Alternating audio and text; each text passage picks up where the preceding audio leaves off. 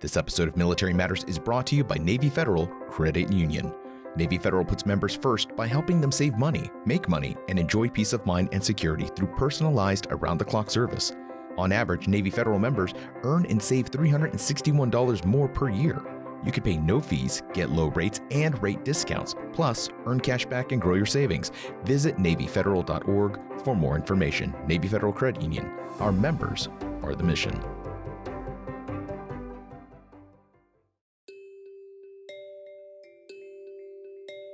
Welcome to Military Matters Fast Take. I'm Rod Rodriguez. I'm Jack Murphy. In our last episode, we talked with virtual, augmented, and mixed reality companies doing business with the DoD about what their technologies bring to the table. We talked about the cost benefits, the low risk, and the scalability for training that simulations provide warfighters, as well as support personnel that sometimes need the opportunity to put in more hours in training. But there's another really important component to all of this talk of simulation training, and that's AI, artificial intelligence. For a truly immersive virtual training experience to occur, AI is going to have to be an integral part of that system. To help us better understand how AI will play into the future of simulation training and beyond, Jack Murphy talks with Paul Scharre, Vice President and Director of the Center for New American Security in Washington, D.C. Paul is also a former Army Ranger, having served in the 3rd Ranger Battalion, and he's the author of Army of None, Autonomous Weapons and the Future of War.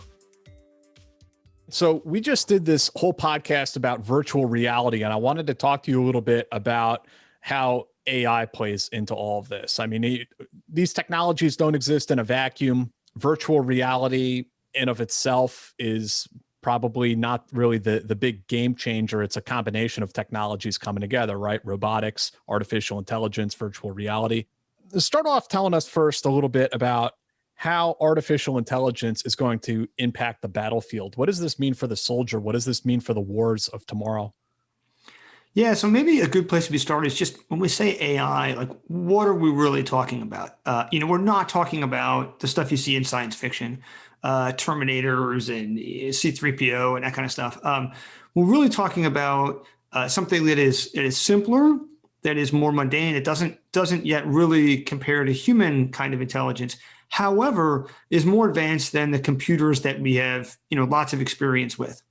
So we've seen since 2012 this huge explosion in the field of artificial intelligence, in particular in machine learning, which is one subtype of one sort of method of the field of artificial intelligence.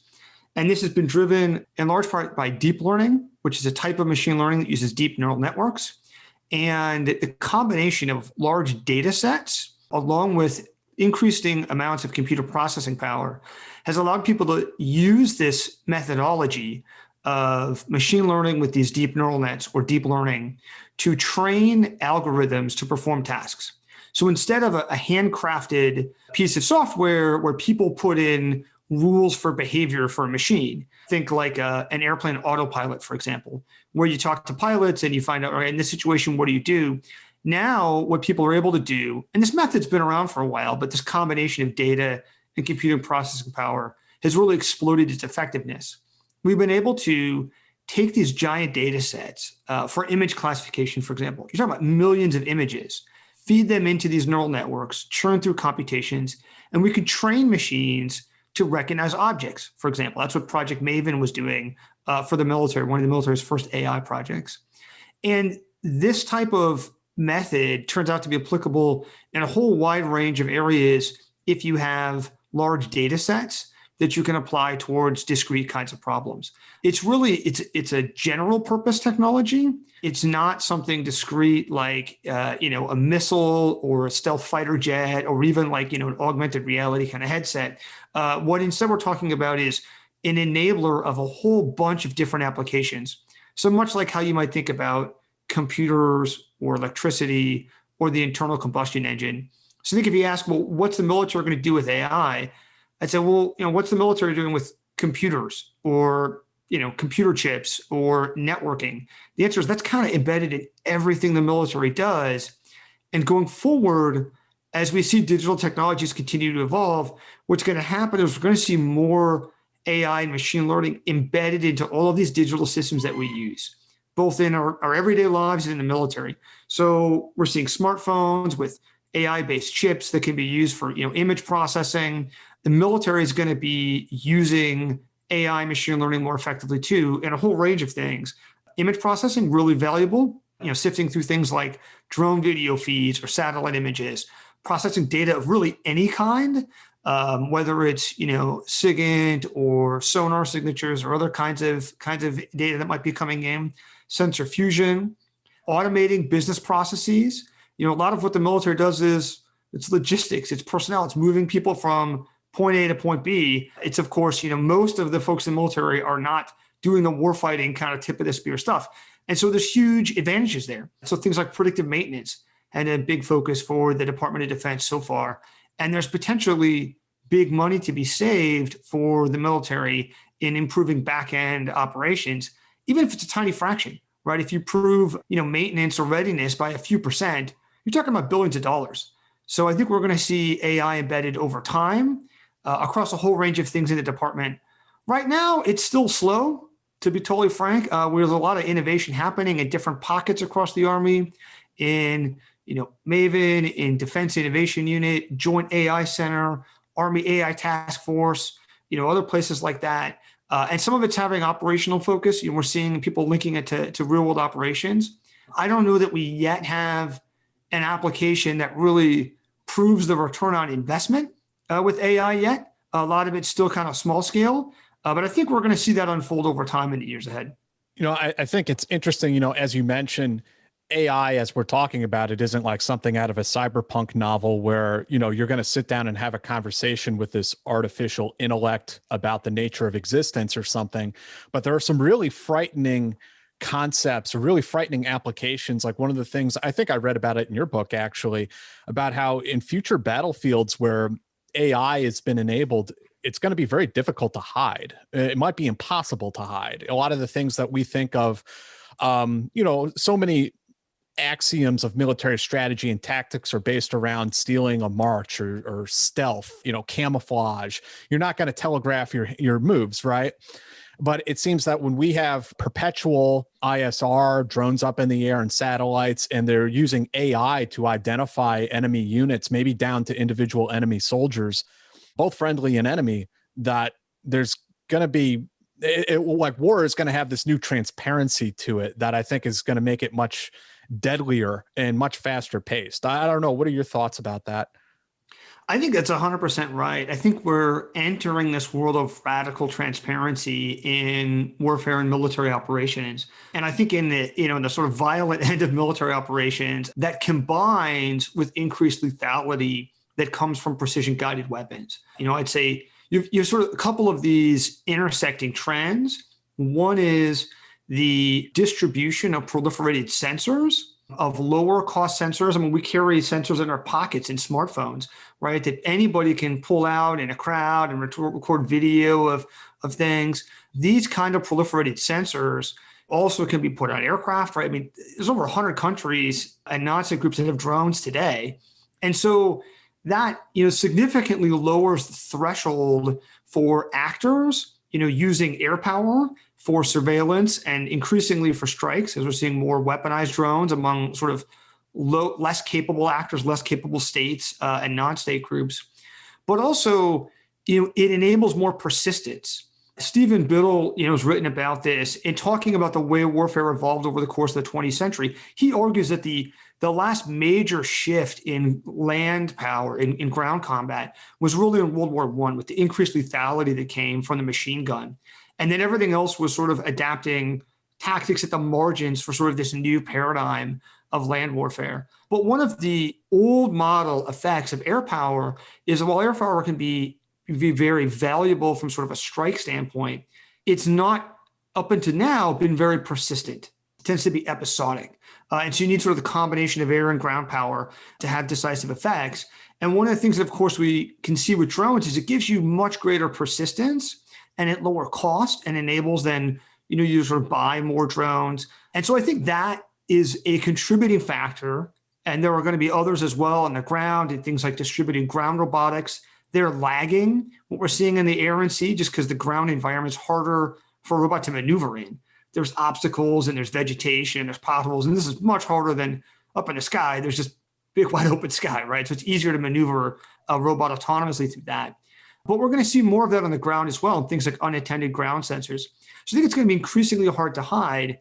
And you combine that with microelectronics, computer chips have enabled precision guided weapons that allow you to now strike with tremendous amounts of lethality. And we're seeing that proliferate down more and more to ground combat as we're seeing the proliferation of increasingly capable anti-tank guided missiles to non-state groups around the world, but also even down to the level of the infantry. Things that are really in the prototype stages, but things like the DARPA Exacto precision guided 50 caliber round or the XM25, things that are like, maybe they're not quite there yet. They're too clunky, they're too heavy, they're too expensive. They sort of point to these trends in the technology, in the miniaturization, precision guided weapons. They're going to make ground combat just much more lethal than in the past. And I think are going to require, in the decades forward, a radical rethinking about ground warfare. So there's sort of these timeless principles about things like, deception and stealth. I mean, Sun Tzu writes about deception. These sort of principles of warfare aren't going to change, but the tactics are going to have to change. Because one of the things that technology is going to do is things like take away cover. Hiding behind a wall or putting a tank behind a berm is no longer going to give you cover when, it's just very, very easy for some very distributed low-cost sensor to come overhead and then take you out. And that's going to require, I think, a real dramatic rethinking about tactics in ground warfare. If you're an active duty service member, veteran, DoD civilian, or military family member, you can join Navy Federal. That means if you served in any branch of the military, doesn't have to just be the Navy, could be the Army, Marine Corps, Air Force, or Coast Guard, you can join the Navy Federal Credit Union. On average, Navy Federal members earn and save $361 more per year. You could pay no fees, get low rates and rate discounts, plus earn cash back and grow your savings. Navy Federal puts members first by helping them save money, make money, and enjoy peace of mind and security through personalized around-the-clock service. Plus, now is a great time to join. Have a large credit card balance after the holidays? Let Navy Federal Credit Union help you rebalance your priorities. Make a plan to do away with high-interest credit card debt by transferring your balance to a Navy Federal credit card. With a low intro APR and no balance transfer fees, you can pick the right card to help you take back control. Visit NavyFederal.org. Navy Federal Credit Union. Our members are the mission. And now the fine print. Insured by NCUA. Dollar value of Navy Federal's 2019 member give back study. 5.99 to an 18% variable APRs based on product type and credit worthiness, up to $1 cash advance transaction fee at non-Navy Federal ATMs. So speaking of sensors and sensors being placed even on individual soldiers, I wanted to talk about the overlap of this technology with virtual reality and the virtual reality headsets. I mean, even the ones that are commercially available, certainly the ones that the military just contracted with Microsoft to buy. These things have cameras all over them. I mean, they're not just a virtual reality video game, headset that goes over the soldier's eyes. It's a full-blown augmented reality, or an attempt at using augmented reality and mixed reality. What is that overlap going to look like between VR and AI? Yeah, I think it's a great question. I'm not sure that we know yet, in part because the VR AR space is so fluid. I mean, the technology's been like on the cusp for, I don't know, as long as I can remember, right? Yeah, for 30 decades years. Kids. Yeah. We're waiting, it's right around the corner. And then you're like, where's my VR video game, right? But I think it is starting to get there. I had a chance to, I've seen like the Microsoft HoloLens, for example, that's now the Army's adopted as part of the IVAS. So I think that virtual reality, augmented reality, mixed reality, starting to get there and be more capable. One of the things that AI is going to do is just power some of these systems, make some of the operations more capable in virtual environments, make AI or bots or that you might be interacting with more convincing and more capable in terms of their behavior. Another thing that AI can particularly be valuable for with augmented reality is for sensing. So AI has gotten very, very good at sensing objects, and increasingly it's sort of understanding relationships even between them. And that'll be valuable for AR as you're sort of you got an augmented reality headset on, it's got these cameras the cameras are sensing the environment. They're actually detecting it and identifying different objects automatically and then presenting information. So you can think about, like in the old Terminator movies, you'd see the Terminator walking around and there's all these, box appears around somebody and there's a bunch of stats that pop up. That's the Terminator part is still science fiction, but the idea that you might have some kind of AI-based system that could do that for a human, where you've got this lens on and then the computer itself is identifying objects and then presenting data and information and fusing that data together. That I think we may see that occur over the next several years, over the next decade, say, unfold. What's really interesting is the hard part is going to be some of the physical attributes of these systems. It's going to be like the battery life, right? Or the weight of it. That's going to be, I think, actually where the real challenges are going to be, particularly for infantry or for special operations, where you're kind of limited by what humans can carry still. Exoskeletons are neat. They're doing exciting stuff, but we're a long ways from an Iron Man suit right now. And so there is this interesting divergence where the digital attributes of systems are growing at these exponential rates, and the physical attributes, things like armor capability, making lighter armor, or energy density of batteries, lighter batteries, better batteries. There's improvements, but it's really incremental, right? We carry these supercomputers on in our pockets and a smartphone, but you still have to plug it in every night. We're much more powerful laptops than 30 years ago, but battery life's better, but you still got maybe 8 to 10 hours. You got to plug it in. So those are going to be, the physical attributes are going to be big limitations for a lot of these systems still.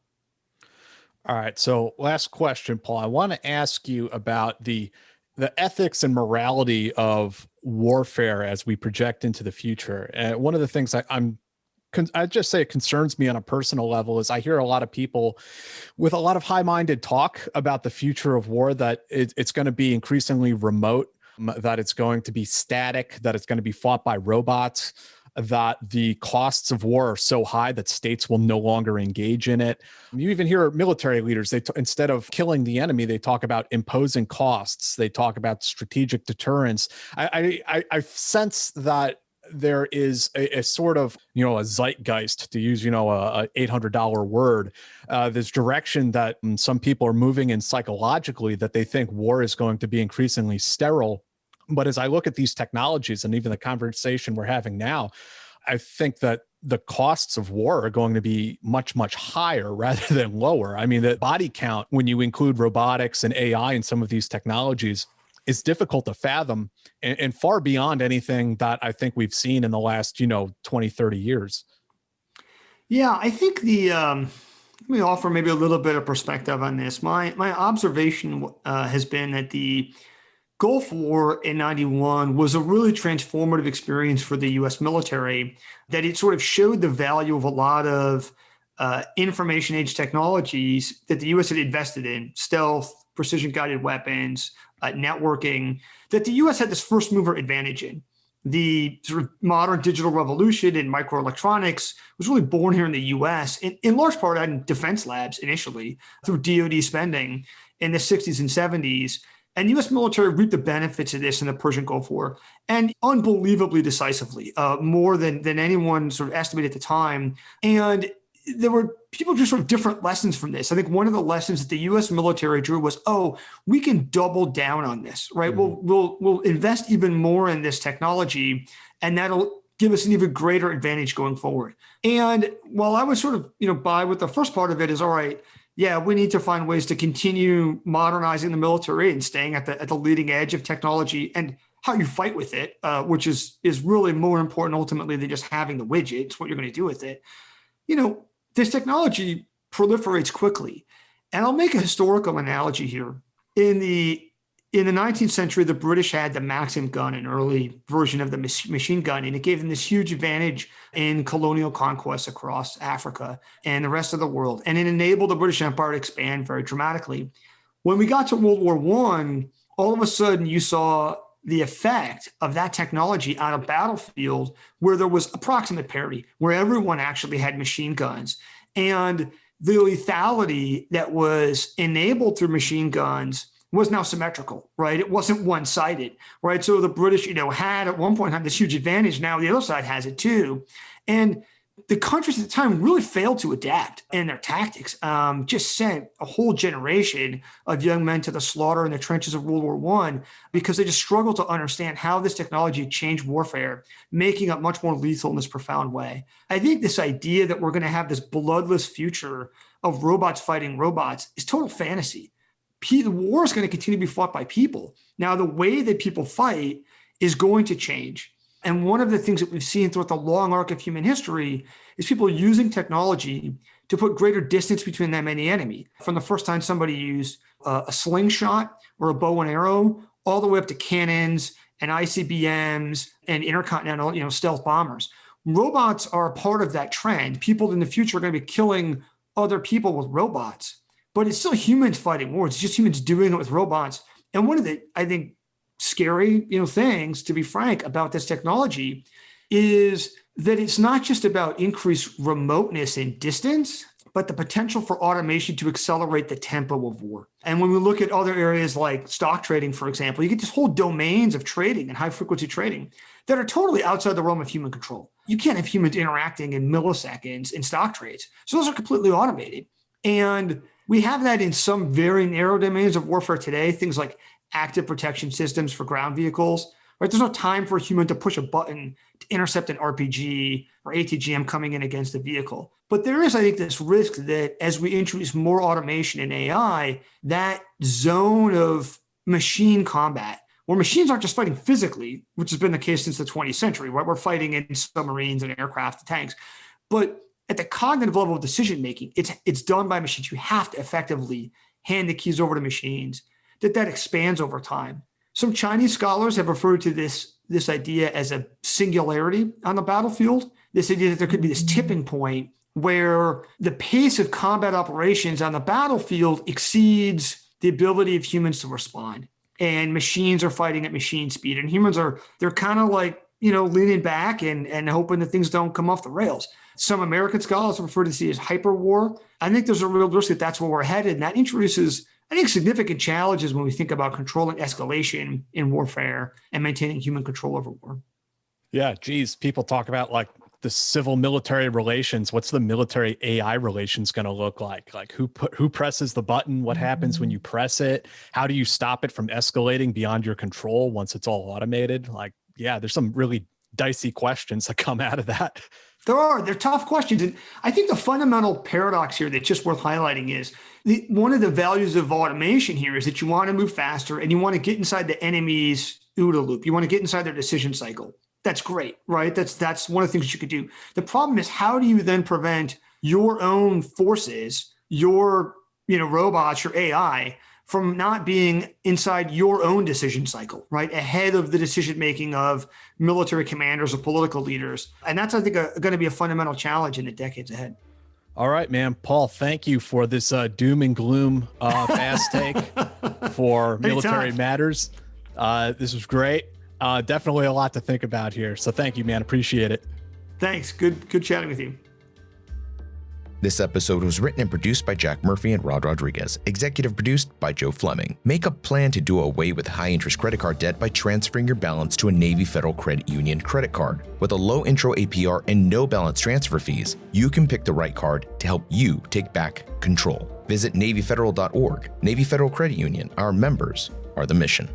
Leave us a review and a 5-star rating on whatever podcast player you use. Those reviews really do help us reach new audiences. And be sure to share this podcast. We grow through word of mouth. You can find Military Matters everywhere you listen to podcasts, or go to stripes.com and click on the podcast tab. We're always free to listen to, or you can use promo code podcast and save 50% on your digital subscription to Stars and Stripes. Follow us on Twitter @StripesMMPod. I'm Rod Rodriguez. I'm Jack Murphy. And we'll see you at the next episode.